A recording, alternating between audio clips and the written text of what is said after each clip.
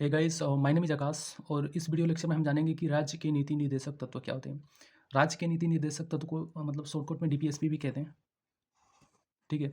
और डीपीएसपी को भारत के संविधान में आर्टिकल 36 से लेके 51 तक में मेंशन किया गया है, ठीक है। तो चलो देखते हैं कि जो डीपीएसपी है इसके कुछ फीचर के बारे में जान लेते हैं। देखो, जो डीपीएसपी है ना, इसको हमने आयरलैंड के संविधान से लिया है, ठीक है। और जो डीपीएसपी है इसको लेकर आप कोर्ट नहीं जा सकते। मतलब डीपीएसपी में जो कुछ भी लिखा है, आप उसको लेकर कोर्ट नहीं जा सकते कि देखो, मतलब आप ये नहीं कह सकते कोर्ट से कि डीपीएसपी में ये सारी चीज़ें लिखी गई हैं, लेकिन सरकार मुझे दे नहीं रही है, तो आप इसको लेकर कोर्ट नहीं जा सकते। और दूसरा बात कि जो डीपीएसपी है ना, वो राज्य को नीतियाँ एवं कानून बनाते समय इसका ध्यान रखेगा। मतलब जो स्टेट है ना, स्टेट का मतलब क्या होता है मैं अभी समझाऊँगा। स्टेट का मतलब समझ लो कि जो सेंट्रल गवर्नमेंट है और स्टेट गवर्नमेंट है, वो जो कुछ भी अपनी पॉलिसी बनाएगी, तो बनाते समय डीपीएसपी को ध्यान में रखेगी, ठीक है। अभी अभी मैं यहाँ दिखाऊँगा कि मतलब स्टेट का मतलब होता क्या है। चलो ठीक है। देखो, आर्टिकल 36 में स्टेट की परिभाषा है, मतलब स्टेट क्या होती है। तो देखो, जो संविधान है ना, संविधान के हिसाब से स्टेट का मतलब कुछ और होता है। जैसे कि हम स्टेट का मतलब समझते हैं कि जो राज्य हैं, जैसे उत्तर प्रदेश, बिहार, झारखंड। लेकिन कॉन्स्टिट्यूशन में स्टेट का मतलब होता है कि केंद्र सरकार, राज्य सरकार, जो पंचायतें होती हैं ये भी स्टेट में आती हैं, जो नगर पालिकाएँ होती हैं ये भी स्टेट में आती हैं, और जो गवर्नमेंट ऑफिशियल्स होते हैं ये भी स्टेट में आते हैं। गवर्नमेंट ऑफिशियल में जैसे कोई पुलिसकर्मी हो गया, या कोई एसबीआई का मैनेजर हो गया, ये सारे के सारे स्टेट के अंदर आते हैं, ठीक है। तो ये हो गया आर्टिकल 36। अब देखते हैं आर्टिकल 37 के बारे में क्या है। देखो, जो आर्टिकल 37 है ना, इसमें डीपीएसपी को लागू करे लिखा गया है। मतलब जो स्टेट है उसको डीपीएसपी को लागू करना चाहिए, लेकिन बाध्यकारी नहीं है। मतलब स्टेट चाहे तो डीपीएसपी को लागू भी कर सकती है, अगर वो चाहें तो उसको लागू नहीं भी कर सकती है। देखो, ऐसा इसलिए मतलब यहाँ पे लिखा गया ना, क्योंकि जब हमारा संविधान बन रहा था, तो उस टाइम भारत के पास इतने ज़्यादा संसाधन नहीं थे कि जो मतलब जितने भी डीपीएसपी है उनको सरकारें लागू कर सके। तो इसीलिए उनको थोड़ा लिबर्टी दिया गया कि अगर आपके पास संसाधन हो तो आपको डीपीएसपी को लागू करना चाहिए। अगर आपके पास संसाधन नहीं है तो आप लागू नहीं कर सकते, ठीक है। अब आर्टिकल 38 को देखते हैं। आर्टिकल 38 में कल्याणकारी राज्य की मतलब संकल्पना है। मतलब कल्याणकारी राज्य हो, स्टेट को एक कल्याणकारी राज्य होना चाहिए। कल्याणकारी राज्य का मतलब क्या होता है? जो कल्याणकारी राज्य होते हैं ना, अपने लोगों के कल्याण के लिए बहुत सारे धन को खर्च करते हैं। जैसे भारत सरकार क्या है? एक कल्याणकारी राज्य है, एक वेलफेयर स्टेट है India. India is a welfare state. तभी तो हम 80 करोड़ लोगों को आज भी अनाज देते हैं। कल्याणकारी राज्य है तभी तो, ठीक है। तो मतलब आर्टिकल 38 में कल्याणकारी राज्य की संकल्पना है, ठीक है। जो आर्टिकल 39 है, उसमें क्या-क्या मतलब बातें कही गई हैं। तो जो आर्टिकल 39 है, उसका जो क्लॉज़ ए है, उसमें आजीविका का साधन लिखा गया है। मतलब स्टेट को आजीविका का साधन उपलब्ध कराना चाहिए अपने सिटीज़न्स को। इसलिए तो हमने मनरेगा लाया है यहाँ पे। मनरेगा एक्ट आपको पता होगा। इसमें 100 दिन का रोज़गार होता है। तो हमने डीपीएसपी से इंस्पायर्ड होकर हमने मनरेगा लाया है यहाँ पे, कि लोगों के जो आजीविका है उसका कुछ किया जा सके, ठीक है। जो आर्टिकल 39 है उसका क्लॉज़ सी में कहा गया है कि धन का केंद्रीकरण ना हो। मतलब कि जो कुछ लोग ऐसे होते हैं जिनके पास पैसे नहीं होते, और कुछ लोग ऐसे होते हैं कि जिनके पास बहुत सारा धन होता है। जैसे मुंबई में आप जाओगे तो एक साइड आपको धारावी मिलेगा, जो दुनिया का सबसे बड़ा स्लम है, वहीं दूसरी तरफ आपको एंटीलिया मिलेगा, मतलब जो दुनिया का सबसे महंगा बिल्डिंग। तो ये क्या है? मतलब धन का केंद्रीकरण है एक तरफ, और एक तरफ धन है ही नहीं, कह सकते हो। मतलब अनइक्वालिटी बहुत ज़्यादा है। तो अनइक्वालिटी ना हो, इसके लिए आर्टिकल 39 का क्लॉज़ सी है। ये कहता है कि धन का केंद्रीकरण नहीं होना चाहिए। स्टेट को इसके ऊपर सोचना चाहिए, ठीक है। अब आर्टिकल 39 डी के बारे में देखते हैं। आर्टिकल 39 डी कहता है कि समान कार्य के लिए समान वेतन। मतलब कि जैसे कि आपने कई बार देखा होगा कि अगर कोई महिला काम करती है तो उसको कम पैसे दिए जाते हैं, जबकि कोई पुरुष काम करता है तो उसको ज़्यादा पैसे दिए जाते हैं। तो इसी को हटाने के लिए आर्टिकल 39 डी कहता है कि समान कार्य के लिए समान वेतन होना चाहिए, ठीक है। जैसे कि आपको पता होगा कि जो इंग्लैंड क्रिकेट बोर्ड है उसने डिसाइड किया है कि जो जितना वेतन मतलब पुरुषों को दिया जाता है क्रिकेट में, उतना पैसा हम महिलाओं को भी देंगे। तो ऐसा हर जगह होना चाहिए, ठीक है। अब देखते हैं आर्टिकल 39 ए। देखो, यहाँ पे जो ए लिखा है ना, मैंने स्मॉल में लिखा है, और यहाँ पे मैंने कैपिटल में लिखा है, तो इसका मतलब अलग अलग होता है, ठीक है। तो आर्टिकल 39 ए में, कैपिटल ए में कहा गया है कि निःशुल्क कानूनी सहायता। मतलब कि जो स्टेट है, स्टेट मतलब यहाँ पर बताया ना मैंने आपको कि जो सेंट्रल गवर्नमेंट है, जो स्टेट गवर्नमेंट है, सारे के सारे स्टेट में ही आती है, ठीक है। तो जो स्टेट है उसको निःशुल्क कानूनी सहायता उपलब्ध कराना चाहिए अपने सिटीजन्स को। ऐसा इसलिए कि देखो, जो कानूनी प्रक्रिया होती है ना, वो काफ़ी महंगी होती है। तो जो अमीर लोग हैं वो तो अपनी कानूनी जो प्रक्रिया है उसको करा सकते हैं पैसों की वजह से, लेकिन जो गरीब लोग हैं वो तो मतलब कानूनी मामले में वो काफ़ी पीछे रह जाएँगे ना, उनको जस्टिस नहीं मिल पाएगा। तो इसी चीज़ के लिए हमने आर्टिकल 39 ए में एक प्रावधान किया है जिसे 42वें संविधान संशोधन द्वारा ऐड किया गया था। ये पहले नहीं था, इंदिरा गांधी की सरकार ने इसको ऐड किया था, ठीक है? तो इसी की वजह से हमने NLSA मतलब नालसा एक्ट हमने लाया था, नेशनल लीगल सिक्योरिटी अथॉरिटी को हमने लाया था। ये क्या करता है कि जो लोग गरीब हैं, जिनके पास इतने पैसे नहीं हैं कि वो वकील का खर्चा उठा सके और अपनी कानूनी जो प्रक्रिया है उसको पूरा कर सके, इसके लिए हमने नालसा लाया था। तो ये नालसा क्या करता है कि जो गरीब लोग हैं उनको कानूनी सहायता प्रदान करता है, ठीक है? अब आर्टिकल 40 को देखते हैं। आर्टिकल 40 में कहा गया है कि ग्राम पंचायतों का गठन, मतलब जो ग्राम पंचायतें हैं उनका गठन हो, ऐसा आर्टिकल 40 में कहा गया है। चूँकि मैंने पहले बताया आपको कि ये DPSP का पार्ट है, मतलब directive principle of state policy का पार्ट है। इसे राज्य सरकार लागू भी कर सकती है और नहीं भी कर सकती है।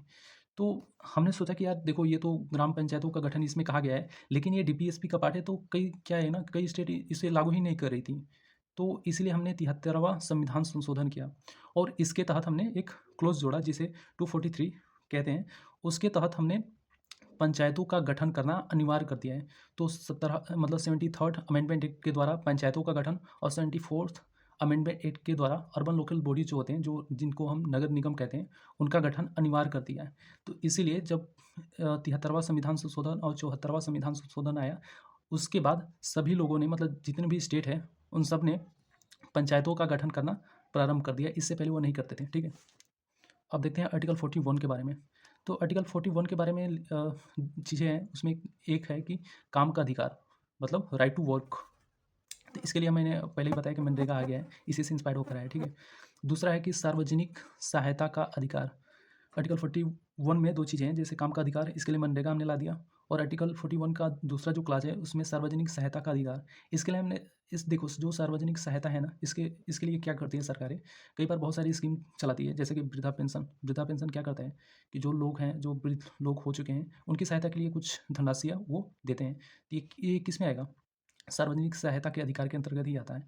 जितने भी मतलब स्कीम्स होते हैं ना, जो लोगों की सहायता करने के लिए आते हैं, वो इन्हीं सब चीज़ों से इंस्पायर होते हैं, ठीक है? अब आर्टिकल 42 को देखते हैं। आर्टिकल 42 में बताया गया कि मातृत्व छुट्टी, मतलब जो मैटरनिटी लीव होता है ना, मैटरनिटी लीव क्या होता है, जैसे कि महिलाएँ होती हैं, तो उनके बच्चे हो जाते हैं, ठीक है? तो जब उनके बच्चे हो जाते हैं तो उनको देखभाल करने के लिए उनको छुट्टी की आवश्यकता होती है। तो उनको छुट्टी देना ही मातृत्व छुट्टी, मतलब मैटरनिटी लीव कहा जाता है। हाल ही में सिक्किम का जो हाई कोर्ट है, उसने इस लीव को अप्रूव किया है कि जब सिक्किम हाई कोर्ट है ना, उसमें कोई भी महिलाएँ उनका अगर बच्चा होता है, तो वो मैटरनिटी लीव ले ले सकती हैं, ठीक है? विराट कोहली ने भी लिया था, तो उसका कह सकते हैं कि पैटर्निटी लीव है उसका, ठीक है? अब आर्टिकल 43 के बारे में जानते हैं। आर्टिकल 43 में बताया गया कि निर्वाह वेतन, मतलब निर्वाह वेतन का मतलब अगर कोई भी मतलब कार्य करता है, तो उसको इतना पैसा तो मिलना चाहिए कि उसका जीवन निर्वाह हो सके। मतलब मिनिमम वेज की बात की गई है इसमें, ठीक है? अब आर्टिकल 43 की बी को देखते हैं। आर्टिकल 43 बी में आर्टिकल 43 बी में सहकारी समितियों को प्रोत्साहन, मतलब जितने भी हमारे यहाँ कोऑपरेटिव्स हैं ना, उनको जितने भी कोऑपरेटिव्स हैं हमारे देश में, उनको प्रोत्साहन देना चाहिए, ऐसा 43 बी में लिखा गया है, ठीक है? अब आर्टिकल 44 को देखते हैं। देखो, जो आर्टिकल 44 है ना, इसमें समान नागरिक संहिता के बारे में बात किया गया है। ये समान नागरिक संहिता क्या होता है, आपने सुना होगा UCC के बारे में। ये उत्तराखंड में लागू है। UCC क्या होता है? UCC का मतलब क्या होता है कि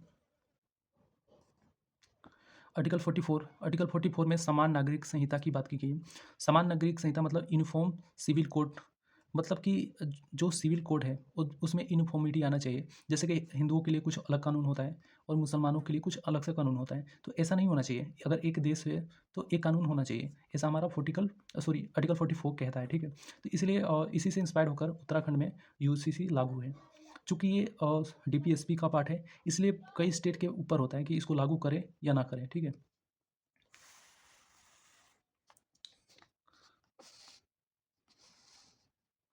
अब देखते हैं आर्टिकल 45 के बारे में। आर्टिकल 45 क्या कहता है? आर्टिकल 45 कहता है कि 6 वर्ष से कम आयु के बच्चों को शिक्षा। ये तो सिंपल है, और जितने भी 6 साल से कम बच्चे हैं उनके लिए कोई शिक्षा का प्रबंध होना चाहिए, ऐसा आर्टिकल 45 कहता है, ठीक है। अब आर्टिकल 46 के बारे में देखते हैं। जो आर्टिकल 46 है ना, इसमें मतलब कहा गया है कि जो एससी हैं, जो शेड्यूल कास्ट वाले हैं, और जो एसटी हैं, जो शेड्यूल ट्राइब वाले हों, या कोई कमज़ोर वर्ग है, जो वीकर सेक्शन ऑफ सोसाइटी से लोग आते हैं, उनके हितों की सुरक्षा इसमें होना चाहिए। देखो, इसका मतलब है कि आरक्षण आरक्षण जो है ना, यहीं से स्टार्ट होता है, इसी आर्टिकल की वजह से। जो आपने एक केस के बारे में सुना होगा कि चंपाकन दुराई राजन केस, ठीक है। तो ये मतलब बेसिकली आरक्षण से रिलेटेड आर्टिकल है, ठीक है। आर्टिकल 47 के बारे में देखते हैं, इसमें क्या क्या है। इसमें स्वास्थ्य और पोषण, मतलब इसमें बताया गया है कि जो सरकार है ना, उसको अपने उनके सिटीजन्स हैं, उनके स्वास्थ्य और पोषण के बारे में ख्याल करना चाहिए। और इसी से इंस्पायर्ड होकर सरकारें बहुत सारे मतलब स्कीम चलाती हैं, जिसमें 5 किलो अनाज भी देते हैं ना सरकार। तो इन्हीं सब चीज़ों से इंस्पायर्ड होकर के, और मतलब सेहत से रिलेटेड जितने भी स्कीम्स होते हैं, वो आर्टिकल 47 से कहीं न कहीं इंस्पायर्ड होते हैं। और जो आर्टिकल 47 है, इसी में ये भी बात कहा गया है कि जो मादक पदार्थ होते हैं ना, उन पर प्रतिबंध लगाना चाहिए। तो कई स्टेट में आपने देखा होगा कि वहाँ पे शराब बंद है, तो इसी आर्टिकल से इंस्पायर्ड होकर उन्होंने ऐसा किया है, ठीक है। अब देखते हैं आर्टिकल 48 में। जो आर्टिकल 48 है, और इसमें गौ हत्या पर प्रतिबंध लगाने की बात की गई है, ठीक है, सिंपल है। अब देखो, चूँकि ये डीपीएसपी का पार्ट है, directive principle of state policy का पार्ट है, तो ये इसीलिए ये स्टेट के ऊपर होता है, स्टेट गवर्नमेंट के ऊपर। अगर वो चाहें तो अपने स्टेट में गौ हत्या पर प्रतिबंध लगा भी सकती हैं, और नहीं भी लगा सकती हैं, ठीक है। अब देखते हैं आर्टिकल 48 क्लॉज ए में, इसमें पर्यावरण सुरक्षा की बात की गई है कि सरकार को पर्यावरण से संबंधित चीज़ों को देखना चाहिए, ठीक है। अब आर्टिकल 49 के बारे में देखते हैं।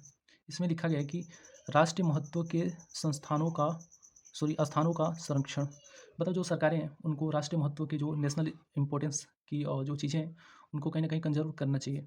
इसलिए जो आपने देखा होगा कि सांची का स्तूप, अशोक स्तंभ, या आपने देखा होगा कि ताजमहल, ऐसे जो नेशनल इम्पोर्टेंस के चीज़ें हैं, उनको सरकार कहीं न कहीं प्रिज़र्व करने की कोशिश करती है, ठीक है।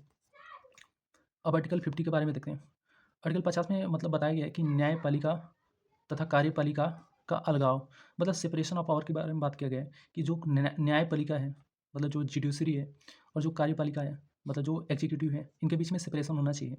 इसी वजह से जो एनजेए से एक एक्ट आया था ना 2014 में, मतलब नेशनल जुडिशियल अपॉइंटमेंट कमीशन, मतलब इसमें क्या था कि जो जजेस हैं, उनकी नियुक्ति कैसे, अभी तो मतलब कॉलेजियम के हिसाब से इनकी नियुक्ति होती है, लेकिन एनजेए से जो एक्ट आया था 2014 में, उसमें था कि जो जजेस की नियुक्तियाँ होती है, वो अब जज खुद नहीं करेंगे, ये कमीशन करेगा। तो सुप्रीम कोर्ट ने इसे स्ट्रक डाउन कर दिया था। कहा था कि सेपरेशन ऑफ पावर होना चाहिए, मतलब कि जो काम कार्यपालिका का है, वो अपना कार्य करे, जो काम न्यायपालिका का है, वो अपना काम करे। मतलब दोनों के बीच में सेपरेशन होना चाहिए। कार्यपालिका अपना कार्य करे और न्यायपालिका अपना काम करे।